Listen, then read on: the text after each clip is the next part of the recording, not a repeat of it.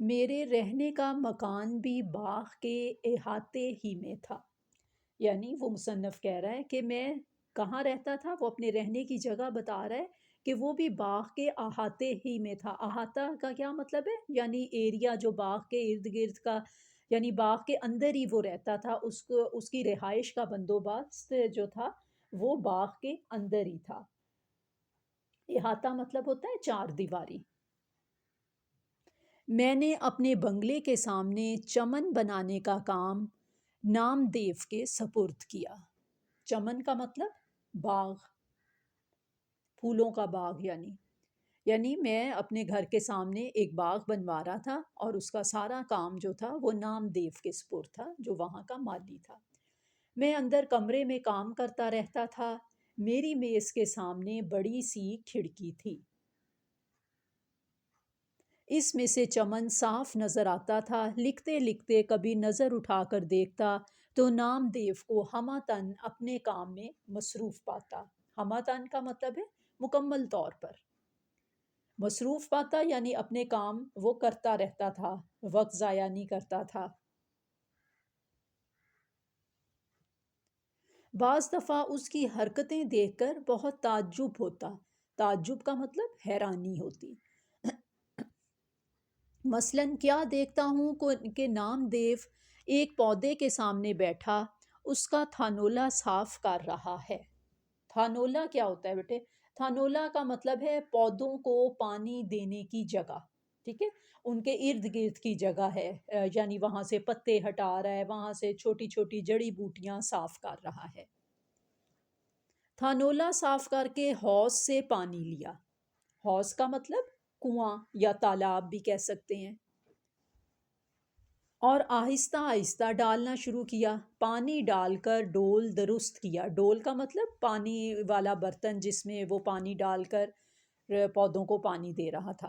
درست کیا، صحیح کیا، اور ہر رخ سے پودے کو مڑ مڑ کر دیکھا۔ ہر رخ سے، ہر طرف سے پودے کو مڑ مڑ کر دیکھا، یعنی بار بار دیکھا، اس کو جگہ جگہ سے دیکھا۔ پھر الٹے پاؤں پیچھے ہٹ کر اسے دیکھنے لگا۔ الٹے پاؤں یعنی دو چار قدم پودے سے پیچھے ہٹ کر دیکھتا جاتا تھا اور مسکراتا اور خوش ہوتا تھا۔ دیکھتا جاتا تھا یعنی مسلسل دیکھتا تھا۔ یہ دیکھ کر مجھے حیرت بھی ہوئی اور خوشی بھی۔ حیرت، حیرانی۔ کام اسی وقت ہوتا ہے جب اس میں لذت آنے لگے۔ لذت، مزہ آنے لگے۔ بے مزہ کام نہیں، بیگار ہے۔ بے مزہ جس میں مزہ نہ ہو، ٹھیک ہے بچوں؟ اور اس میں کوئی مشکل لفظ بیگار؟ بیگار ایسے کام کو کہتے ہیں اجرت کے بغیر کام کرنا، یعنی ایسا کام جس میں کوئی پیسے نہ ملنے ہو۔ وہ بندہ بے دلی سے کام کرتا ہے کہ کوئی اس کا ایوارڈ یا انعام تو ملنا نہیں ہے۔ جی آگے چلتے ہیں۔ اب مجھے اس سے دلچسپی ہونے لگی، یہاں تک کہ بعض اوقات اپنا کام چھوڑ کر اسے دیکھا کرتا، مگر اسے کچھ خبر نہ ہوتی کہ کوئی دیکھ رہا ہے۔ اب مجھے اس سے دلچسپی ہونے لگی کہ مجھے بھی اس کے کام سے شوق پیدا ہو گیا کہ میں اپنا کام چھوڑ کر اس کو دیکھتا رہتا اور اسے پتہ بھی نہ چلتا کہ اسے کوئی دیکھ رہا ہے یا اس کے آس پاس کیا ہو رہا ہے۔ وہ اپنے کام میں مگن رہتا، مگن مصروف۔ اس کے کوئی اولاد نہ تھی، یعنی اس کے بچے نہیں تھے۔ وہ اپنے پودوں اور پیڑوں ہی کو اپنی اولاد سمجھتا تھا اور اولاد کی طرح ان کی پرورش اور نگہداشت کرتا تھا۔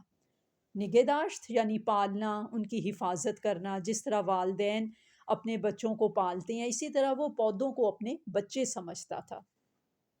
ان کو سرسبز اور شاداب دیکھ کر ایسا ہی خوش ہوتا جیسے ماں اپنے بچوں کو دیکھ کر خوش ہوتی ہے۔ وہ ایک ایک پودے کے پاس بیٹھتا، ان کو پیار کرتا، جھک جھک کے دیکھتا، اور ایسا معلوم ہوتا گویا ان سے چپکے چپکے باتیں کر رہا ہو۔ اور اس میں کوئی مشکل لفظ جو آ رہا ہے وہ میں نے آپ کو بتا دیے ہیں۔ نگہداشت تھا یعنی دیکھ بھال کرنا۔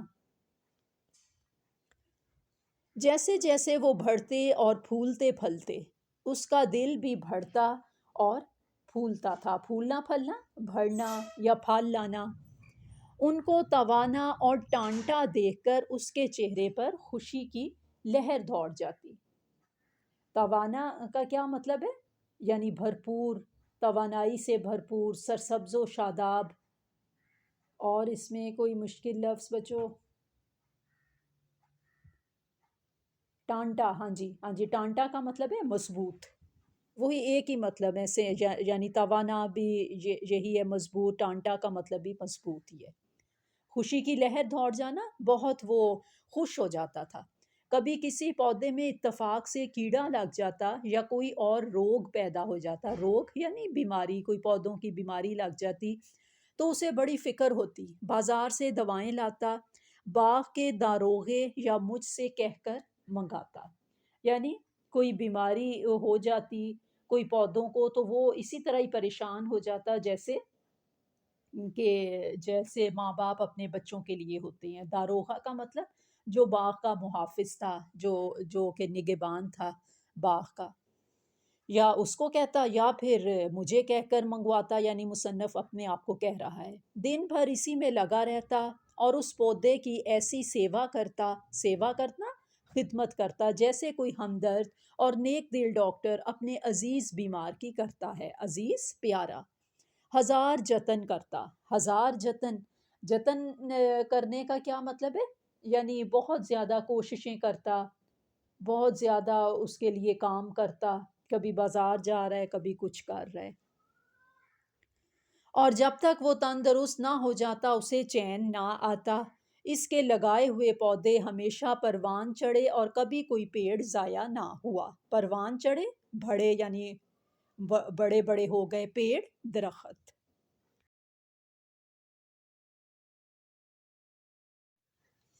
باغوں میں رہتے رہتے اسے جڑی بوٹیوں کی بھی شناخت ہو گئی تھی، شناخت یعنی پہچان۔ خاص کر بچوں کے علاج میں اسے بڑی مہارت تھی یعنی ماہر تھا وہ، وہ اسے اب جڑی بوٹیوں کا پتہ چل گیا تھا کہ کس بیماری میں پیٹ خراب ہو جیسے تو کیا دینا چاہیے بچوں کو، چھوٹے بچوں کو، اس طرح سے۔ دور دور سے لوگ اس کے پاس بچوں کے علاج کے لیے آتے تھے۔ وہ اپنے ہی باغ سے جڑی بوٹیاں لا کر بڑی شفقت اور غور سے ان کا علاج کرتا، شفقت سے، پیار سے۔ کبھی کبھی دوسرے گاؤں والے بھی اسے علاج کے لیے بلا لے جاتے، بلا تعمل چلا جاتا۔ بلا تعمل یعنی بغیر کسی ہچکچاہٹ کے، بغیر کسی یہ کہ کچھ کہنا نہیں بھی ابھی نہیں میں نے جانا، تو اس طرح سے وہ چلا جاتا تھا بغیر کوئی بہانہ کیے۔ وہ ان کے ساتھ بغیر کسی ہچکچاہٹ کے، بغیر سوچے سمجھے، شفقت سے، آپ کو بتایا ہے یعنی ہمدردی سے، محبت سے۔ مفت علاج کرتا اور کبھی کسی سے کچھ نہیں لیتا تھا۔ وہ خود بھی صاف ستھرا رہتا تھا اور ایسا ہی اپنے چمن کو بھی رکھتا تھا، چمن باغ اس قدر پاک صاف جیسے رسوئی کا چوکا۔ رسوئی بچوں اردو میں ہم یہ باورچی خانہ جو ہوتا ہے کچن، اس کو کہتے ہیں رسوئی۔ چوکا کا مطلب ہے چبوترا، یعنی باورچی خانے کا جہاں ہم کھانا پکاتے ہیں اس کا چبوترا یا تھڑا کہہ لیں، ٹھیک ہے۔ کیا مجال جو کہیں گھاس پھوس یا کنکر پتھر پڑا رہے، کہ ایسا ہو ہی نہیں سکتا تھا۔ کیا مجال یعنی ایسا ہو نہیں سکتا کہ کہیں کوئی گھاس کا تنکا رہ جائے یا کوئی پتھر پڑا رہ جائے۔ روشیں باقاعدہ، تھانولے درست۔ روش کا مطلب ہے روشیں، روش کی جمع ہے یعنی باغ کی پگڈنڈیاں یا کیاریاں، ٹھیک ہے۔ اور اگلا لفظ کیا ہے مشکل، تھانولے میں آپ کو بتا چکی ہوں، پودوں کو پانی دینے کی جگہ۔ اور شاخوں کی کانٹ چھانٹ وقت پر، یعنی ان کی کٹائی کے شاخیں زیادہ تو نہیں بڑھ گئی ان کو کاٹ دینا ان کو، ٹھیک ہے، وہ یعنی وقت پر کرتا تھا۔ جھاڑنا، ٹھیک ہے، اور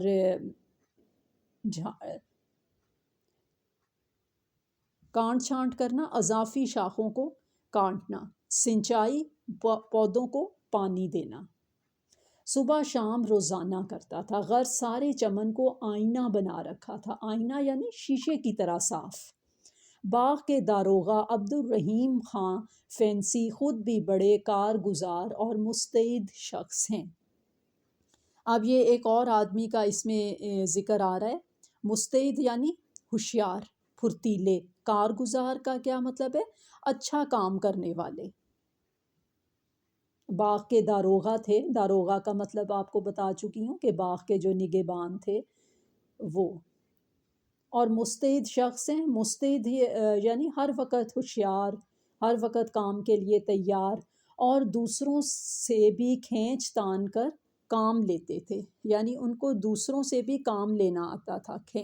کھینچ تان کر کام لینا، زبردستی کام لینا۔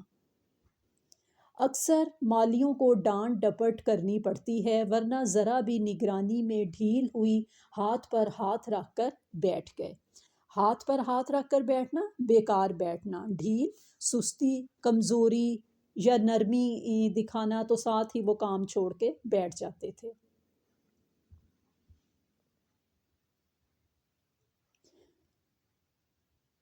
ہاتھ پر ہاتھ رکھ کر بیٹھ گئے، یا بیڑی پینے لگے، بیڑی یعنی سگریٹ پینے لگے، یا سائے میں جا لیٹے یعنی آرام کرنا شروع کر دیا۔ عام طور پر انسان فطرتاً کاہل اور کام چور واقع ہوا ہے۔ کاہل، سست، کام چور، کام کرنے سے گھبرانے والا۔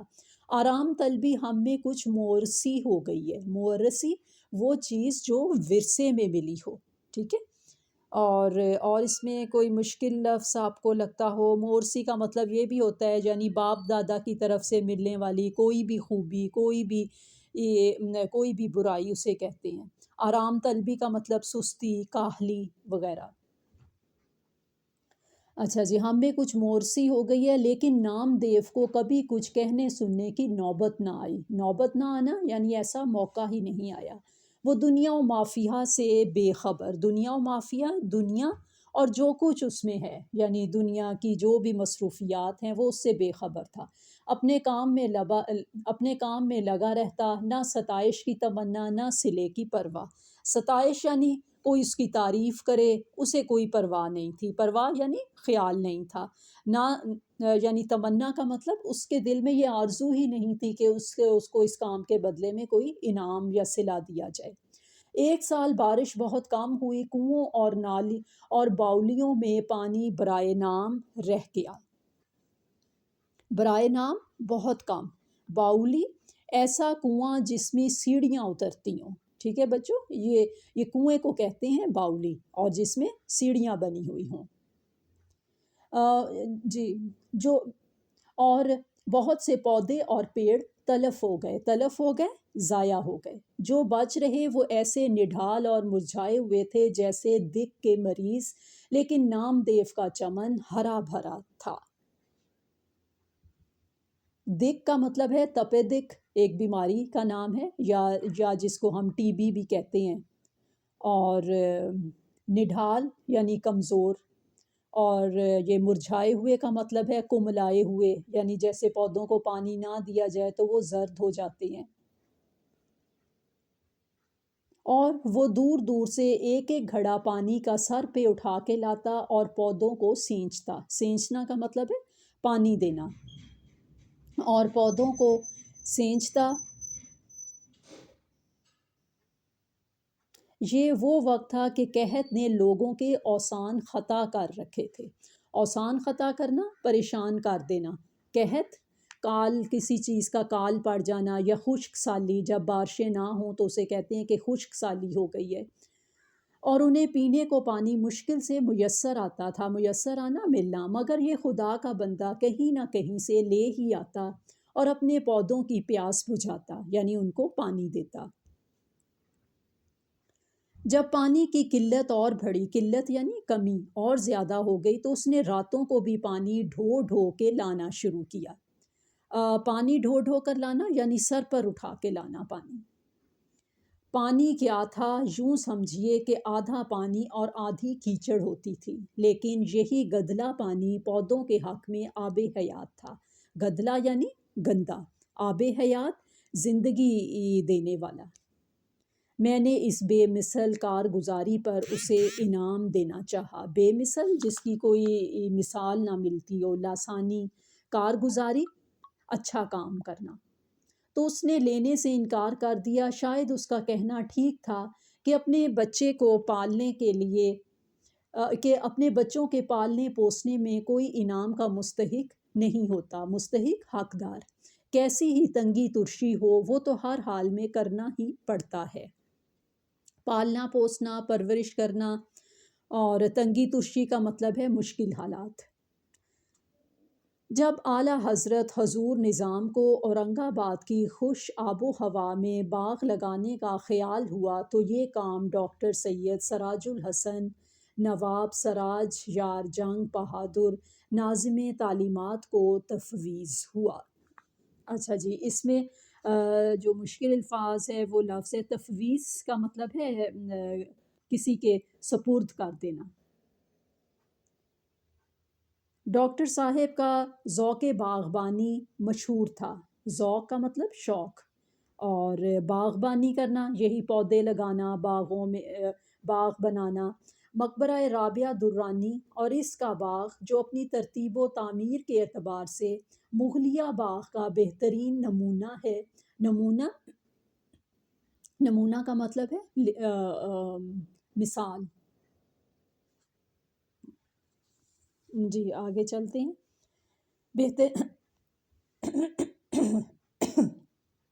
بہترین نمونہ ہے، مدت سے ویران اور سنسان پڑا تھا۔